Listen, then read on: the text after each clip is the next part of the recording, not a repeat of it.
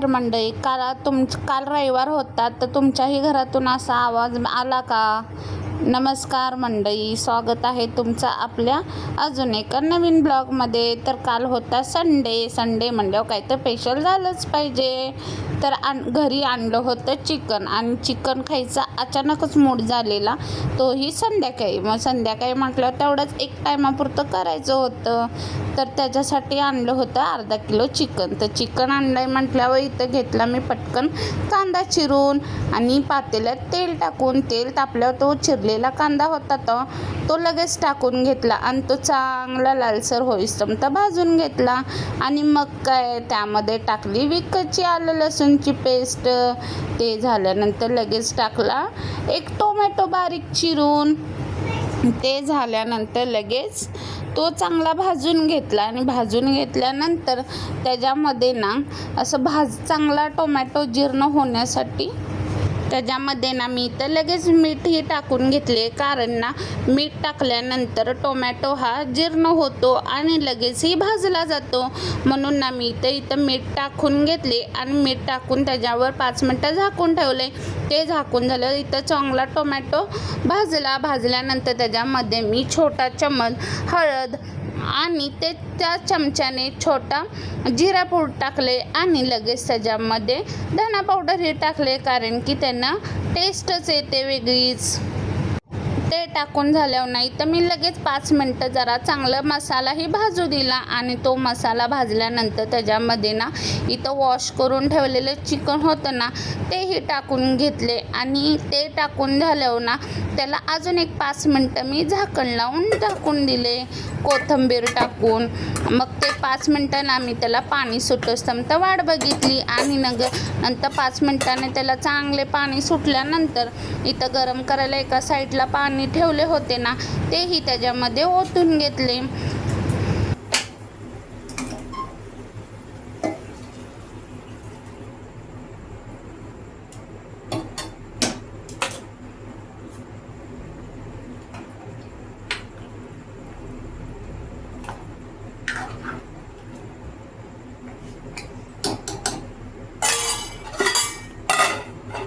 पाणी ओतून झाल्यावर नाही इथं मी झाकून ठेवले त्याच्यावर ते शिजण्यासाठी.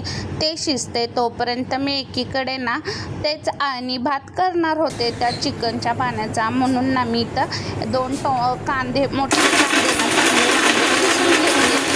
ते झाल्यानंतर मसाला करायला घेतला. इथे मसाला बारीक झाला तोपर्यंत लगेच ना इकडं मला भाकरी बनवायच्या होत्या, का तर चिकन आहे म्हटल्यावर आपण मॅनरिटी आहे ना की भाकरी ह्या झाल्याच पाहिजेत. म्हणून ना मी इथं लगेच भाकरी करण्यासाठी घेतल्या, आणि इथं भाकरी होते तोपर्यंत एकीकडे चिकनही शिजत होतं. म्हटलं पटपट भाकरी करून घ्यावं. इथं बघा मी कशा भाकरी करते.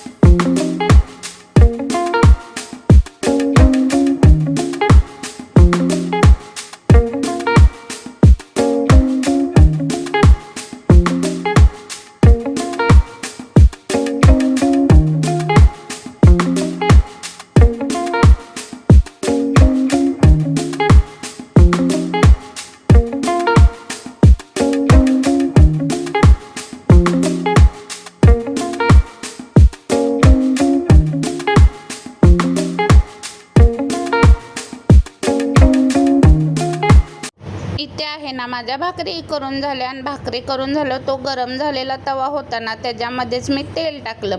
आता जो आपल्याला आणि पाण्याचा भात करायचा होता ना त्याच्यासाठी मला फ्राय केलेला थोडा ब्राउनिश असा कांदा हवा होता. मग तो मी इकडं तळण्यासाठी ठेवला होता आणि तो तळतोय तोपर्यंत ना मी एकी साईडला अनुजसाठी पण आणि पाणी वगैरे सूप काढून ठेवलं होतं. आणि तुमच्या इथेही सूप काढावंच लागतं का? मला कायम ना आमच्यात चिकन आणलं ना हे सूप हे काढावंच लागतं. त्यामुळे मी नाही तर लगेच पटकन ते भातासाठी सुद्धा इथं तांदूळ वगैरे मी धुवून ठेवलेला आणि तो भिजण्यासाठीही ठेवला होता. ते झाल्यानंतर ना लगेच इकडं कांदाही ब्राउनिश झाला होता. जास्त लाल करायचा नव्हता, थोडा ब्राऊनच ठेवायचा होता. म्हणून इकडं कांदा झाला. लगेच इकडं भातासाठी खडे मसाले टाकले आणि ते झाल्यानंतर इथं भातालाही पटकन अशी फोडणी दिली.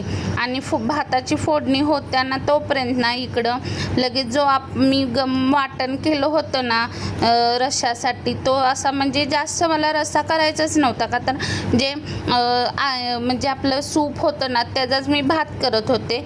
आणि इथं भात झाल्यानंतर लगेच इथं मी चिकनला एकीकडं भात होते आणि एकीकडं हा मी मसाला भाजते. मसाला भाजल्यानंतर लगेच ना मी तो त्या पातेल्यामध्ये ओतून घेतला आणि तो ओतून झाल्यानंतर नाही तर मी दोन्हीही मसाला ही म्हणजे त्या पातेल्यात ओतून चिकनच्या घेतलेला ना ते चिकनचा पातेलं मी इथं गॅसवर शिजण्यासाठी ठेवला आणि भातही एकीकडं शिजत होता. मग भात पण झाला आणि तो चिकनही झालं. मग ते चिकन आधीच काही शिजवून घेतलेलं होतं, फक्त त्याला ना तो मसाला मुरेपर्यंत थोडीशी 1-2 उकळी येऊ द्यायची होती.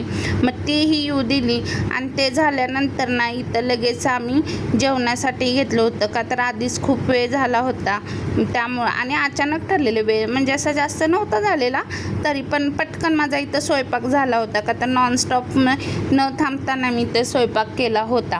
तर तुमच्याही घरी असा रविवारचा बेत असतोच का हा नक्की सांगा. आमच्या घरी काही कायम नसतो, पण इथं ना काल अनुजला आणि अनुजच्या बाबांना खूप मूड झाला होता चिकन खाण्याचा, त्यामुळं आम्ही हा सिम्पलच असा बेत ठेवला होता. स्वयंपाक झाल्या बघतोय तर काय अनुज इथं झोपी गेला तर त्याला उठवले आणि आम्ही इथं जेवायला घेतले. दुपारी झोपल्या नसल्यामुळं ना संध्याकाळी लवकरच झोपी गेला. मग त्याला उठवले आणि इथं आम्ही जेवायला वाढून घेतली. तर जेवणही झाले. तर तुम्हाला आजचा ब्लॉग कसा वाटला आणि असेच नवनवीन रेसिपीचे ब्लॉग बघण्यासाठी आपल्या कल्याणीज ब्लॉग 98 चॅनलला सबस्क्राईब नक्की करा आणि तसेच आपल्या चॅनलला लाईक कमेंट करायला विसरू नका आणि आपले ब्लॉग कसे वाटतात हेही कमेंट करून सांगा. चलो बाय बाय.